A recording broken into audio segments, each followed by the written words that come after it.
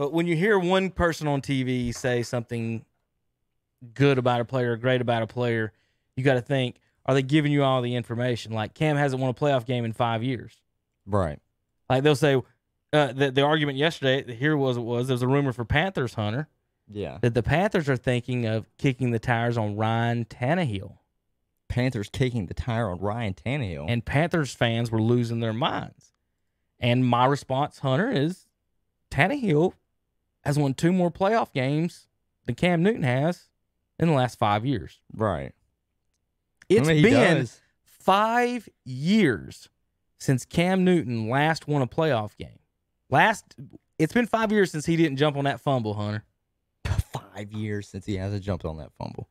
What could have 5 years? What could have been? And you know what's crazy is the fact that they're saying they're kicking the tires on Ryan Tannehill. Obviously, he's established in the league. If they do that, I think they're drafting someone at 7 and taking Tannehill. Well, wouldn't be surprising. That's what I was getting at, though. Is even if they don't, that surprised me that they would even think about kicking the tire on Ryan Tannehill because the combine started yesterday. They had the wide receivers, tight ends, the quarterbacks work out. And then the takeaway from that, I've seen a lot of the NFL analysts and the draft analysts say they wouldn't be surprised now if 5 quarterbacks are not taken in the first round. This happens every year. They do this crap every year.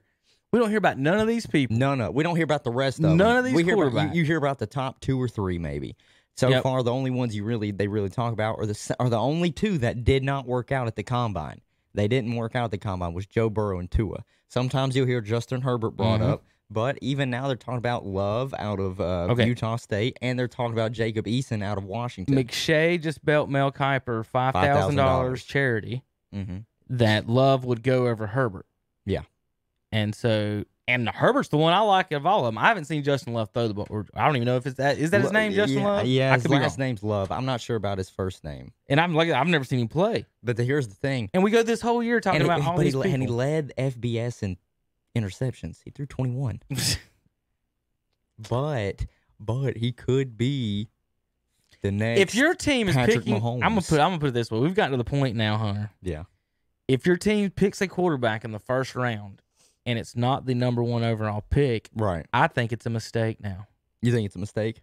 I mean, you'll have McShay, Kiper, and them all go out there and say, you have to do the quarterback. They're talking about, everyone is saying the Redskins have to pick a quarterback. Oh, yeah. That blew my mind. I'm looking at this stuff right now. Kiper said it yesterday. He was like, if you're sitting there at the 2, Coward said it today. And he was basically going off of what Kiper said. He said, look, if you're the Redskins sitting there at 2, you got to take Tua because Tua is ends and far better than Dwayne Haskins. I'm sorry, has Tua ever played a full season in college football? Do we know? Do you think Tua is better than Haskins? I don't know that. I haven't seen anyone play enough for me. Dwayne Haskins only lost 1 game in college. Okay, and he won all sorts of games. He was a 50 touchdown, 5,000-yard passer at Ohio State.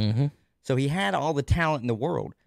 And I know that his health is better than Tua because he played that full season. Tua has not finished a full season in Alabama. We drafted him at 14th or 15th, maybe.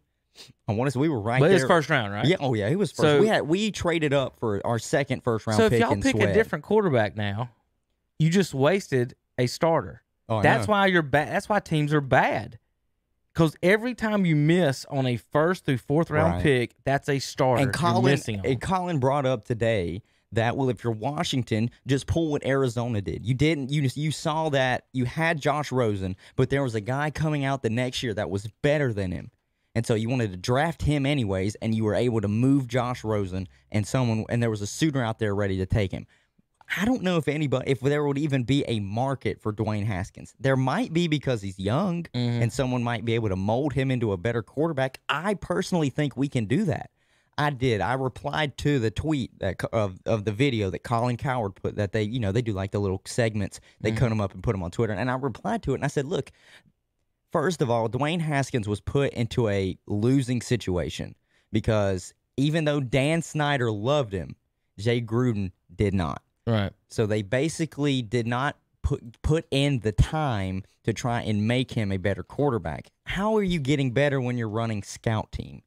That's literally you read a piece of paper, and because Shannon Sharp said it. He said, and he's a pro football player, so he knows about scout team. He said, look, you read a piece of paper, and it tells you on the piece of paper where you're going to go with the ball. So you're not reading any defenses. And you're not even working with first team. I wonder why. I'm sorry, folks, for being online. Hunter, I did a watch party there, and it didn't start it. I got one. It didn't start it. It starts it from the beginning. Does it? Like, did yours start from the beginning? Well, you kind of just started. No, I just started at midway. Oh, okay. I just want to make sure that we were going on the same. Yeah, and I think we're fine. Let's see if I can. I'll take this. Is how I'll time it. This is how you'll time it? Okay. But anyways, if you're Washington, though, and that's what I basically said, you have to give Dwayne Haskins a full offseason, and you have got to get Dwayne Haskins a full training camp to prove himself that he can be QB1. And I understand where people are saying as well, like Mel Kiper made the argument as well. He said, look, if you do draft Tua, just have it be a quarterback battle from day one. Him and Dwayne got to battle it out in the offseason, and whoever the best man wins and comes out being QB1. And if it's Tua that doesn't win the starting spot, you use him as a trade piece. I'm like, well, how does that? I'm like, well, how does that benefit us now? You're asking me if he's good, but see, this is what I'm getting at. You're asking me to draft Tua for him to have a position, a position battle against Dwayne Haskins over a bona fide starter in Chase Young at the number 2. So you're essentially asking me just to take a chance on the number 2 pick. Now, not everybody just gets the second overall pick, okay? So we had to suck really bad to get that, right? I would rather pick a quarterback at 10 than 2. I was about to say, so you're asking me not to take the best player in the draft, but to take a chance on somebody who might be the backup if he can't beat out Dwayne Haskins. Right. I'm sorry. I can't do it. Not at all. I can't. You have got to take Chase Young here and give Dwayne Haskins another full season to prove himself. If he's not, Trevor Lawrence, Justin Fields, and whoever the other quarterbacks are coming out next year or whatever free agents come up. We're not opposed to spending money as a free agent team in Washington. Dan Snyder wants to pull Jerry Jones's money out his ass any moment he can. So he just tries to blow money when he can. No, we're not. Do not draft Tua. Washington, if you're listening, I know you like me, but don't draft Tua. Don't. And especially with his injury concerns coming out of college. I don't care if he's medically cleared. If you're injured in college, what usually happens in the pros, you're injury prone in the pros. Those boys hit harder in the pros. They're paid grown men. They're paid grown men. That's exactly right. And they're faster and they're stronger. Yeah. I'm not doing it. Especially as well, if you want Tua with as injury prone as he is, and we don't even know if we're re-signing Trent Williams yet. We don't have the offensive line situation because we might lose the left tackle and the right tackle in Brandon Scherf. We're working on contract negotiations with him now. See, there's no way. To me, Hunter, and I'm going to look at the Seahawks for this reason, and to me, it's better to build your team with defense. Look how Tennessee's done without a quarterback. I know they drafted Mariota, but he's not the one that won 2 playoff games this year. Tannehill, even though combined he maybe threw for 160 yards. So what I'm getting at is that, and for you guys especially, you have to take players and build your team. If you have a good quarterback and no good players around him, it doesn't matter. Right. Or you can always guarantee when you can pick a starter, pick a stud, you always take him. Look, because you can't. You're playing ifs and buts with quarterbacks. I can't do that. Because then you're in the same situation next year if it doesn't work out. Well, here's the flip side. Also, if you don't take Chase Young, then you're doing ifs and buts with your defensive end. Right. Because you don't have that guy. So either way, and if we don't take him, do you know who's gonna take him? It's either going to be the Detroit Lions, who are not in our division, or the Giants at 4, who are in your division. Do you and you have to think about that too. Do you really want him chasing around your quarterback? Do you? The man was triple teamed in his final 2 games, and that's the only reason why he didn't have a sack. Led the NCAA in sacks. Still missed 2 games in the season. I'm just saying, like that kind of talent, that kind of Lawrence Taylor disruptive talent. How do you not take him, especially with a defensive-minded guy in Ron Rivera? And I just don't understand it. You know, the team. That's basically what he said yesterday. It might take a while for them to be fixed. What? The team or just the team in general? I don't think it's going to be a next year fix. I think on high side next year for us, we'll at least be competitive enough to win 5 or 6 ball games. All right, Hunter, I got one for you. Best 2020 draft fits for both players and teams. Burrow to the Bengals. Okay. Yeah. Tua to the Dolphins. Yeah. Herbert, Colts. So I saw this. Yeah. Jordan Love, Chargers. Mm-hmm. Eason to the Bucks. Jalen Hurts to the Lions. Anthony Gordon, Falcons. James Morgan, Saints. And my favorite, Jake Fromm, Tampa Bay Vipers. I saw. Yeah, I did see that. Jake Fromm. Look, Hunter's a Georgia fan, if you don't know. So I am a Georgia. That's the fan. reason. That's the main reason I was reading. I'm a Bulldogs fan, and that one is tough for Jake Fromm. I didn't like Jake Fromm for years. He's Jake from State Farm. He needs to go to State Farm. All right. I mean, I'm just not sold on Jake Fromm. I hope he has an opportunity as a backup, but as a starting quarterback, he just doesn't cut it. He just doesn't cut it. You want to know what's so crazy? So Justin Fields was with Ohio State this past season, right? Mm-hmm. He was backup at Georgia, but Kirby Smart didn't pull a Dabo. When Dabo started Trevor Lawrence over Kelly Bryant, Kirby Smart should have started Justin Fields over over Jake Fromm. Mm-hmm. You don't know what else is funny? Mm-hmm. Jacob Eason was there at Georgia and got hurt, and Jake Fromm took over for Jacob Eason, and now Jacob Eason is going to be taken higher in the draft. How many of those people in that list transferred? How many? Did I just name? Two. I think two. Joe Burrow, Jacob Eason. Chaz. That I know of. Chaz. Okay. Quit, I knew that was coming. Quit playing linebacker. Chaz, quit Listen, being if the you're- all look- ACC linebacker that you are, and transfer and go play somewhere else as quarterback. Right. Because if you want to, you know, just if you because want Hunter, to. this is why. Luke Kuechly made $52 million. Chase Daniels has made $35 million. Which one probably worked way harder for his $50 million? Kuechly. Right. Daniels didn't do shit. Hey man. To make as much money as a backup quarterback, you have to be an all-time NFL linebacker. Yeah, but this is what I think. This is what I think is going to be really enticing. That money's crazy. Enticing for people to draft Chaz at the linebacker position, and it's going to be what Isaiah Simmons does right now. I will never say he can't make it at the linebacker. I'm just saying he shouldn't have changed because. Well, I can agree.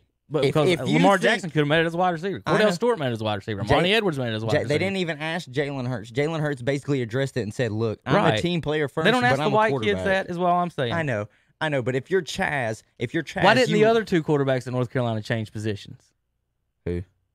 The other two quarterbacks in North Carolina. Oh, The other the two white boys that Chaz is better than. Why didn't they change positions? See what I mean?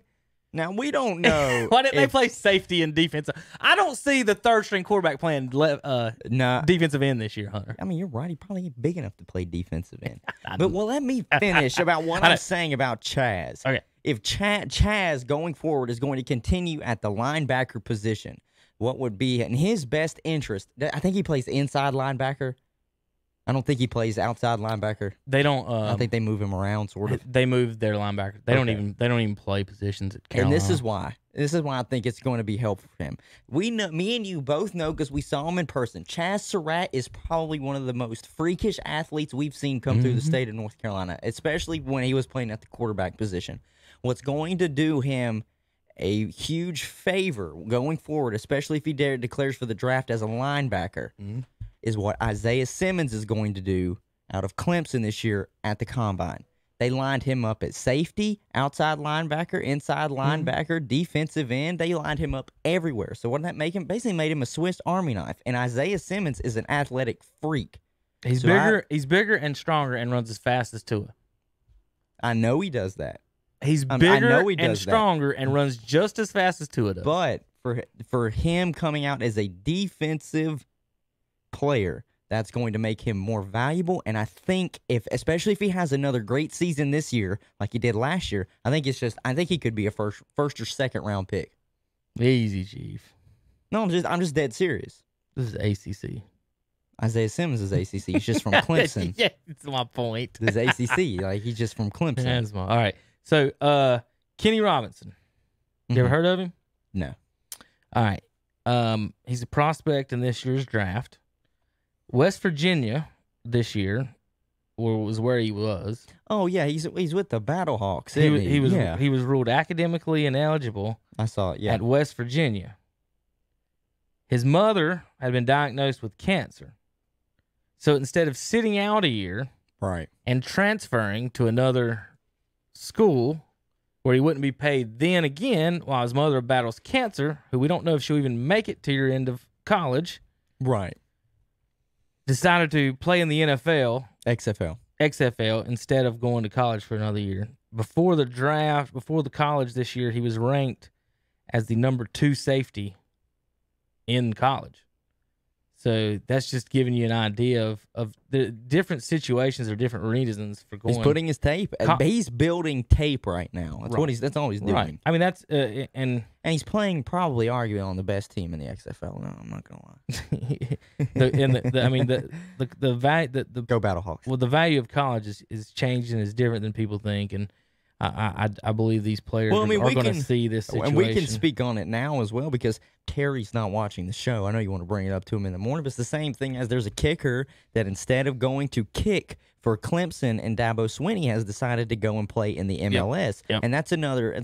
That's the exact same thing. It's just literally a the different exact sport. same thing. It really is. I mean, he probably won't have a problem with that. No. Because he's soccer. Right. Well, whatever. He can poo-poo my he sport will. all he wants. I promise he will not care one bit that like kid soccer. left Dabo. And Clemson. But if a kid left Dabo to go kick for the XFL, yeah, he probably would lose his mind. I don't know. I can't wait to see where he is It's literally the same thing because I mean, it's not the same because I don't know his like, his personal life. His mother might not be battling cancer, but it's the same thing where I'm going to go for the money. Right. And why not? Why not? Well, you're guaranteed, and who knows? He might be a high enough prospect that he's going to start and go play professional soccer instead of just being on the bench. Right. Like he might be that good. A lot of soccer players are that good. They just see the money that can be made as an NFL kicker. Mm-hmm. As of right now, it's a substantially more than an MLS player. But you're still going to make almost a couple $100,000 playing in the MLS. They pull that kind of revenue right now. They've got so many expansion teams in the work. Obviously, they have the fan support to be able to have this many teams and this many players and support the contracts. Where did I just remember that story or which one? I don't have it on my. There's something about that story I just wanted to get to. I wanted to see if there was a list of his contract or the kid's name. Do you remember his name? From it's probably Clemson? on ESPN. I can just. Punter still show at Combine Bench Press. You see that? Yeah, he had like 25. Talking about that. Andre said that was easy. Andre? Yeah, he did used to do like 500 pounds or whatever. Well, that's a little bit. I mean, look at him. Yeah, it's not. That's a pretty big boy. It's not. Michael Irvin was talking about the 40 times for these receivers. He said he don't know any receivers that ran a 4.3 40 in the Hall of Fame. Oh yeah, I saw that. And he made a good point. Randy Moss was the fastest receiver. John Ross ran the It was like 4.24. What did Moss run? Did anybody remember? I don't remember. See, to me, Moss would be faster in a 50 or 60-yard dash. Right. Because he's got those long legs. Mm-hmm. To me, I don't know if he would run that fast in a 40 because it takes so longer to get to full speed on the stride. The best 40 time was by a wide receiver, and it was John Ross, 2017, 4.22, which is flying. Henry Ruggs ran a 4.27, and John Ross is not even considered being like a great wide receiver. Well, let me give you an example on why that speed don't matter. At App, when I was there, we had an All-American sprinter on our team. Mm-hmm. In our school, and I'm talking. He was ripped, big old dude. He looked like he's a top athlete. Trying out for football, couldn't crack the top 5 at running back, and couldn't even catch the ball at wide receiver. Right. So he could run that fast. He was cock diesel. Mm-hmm.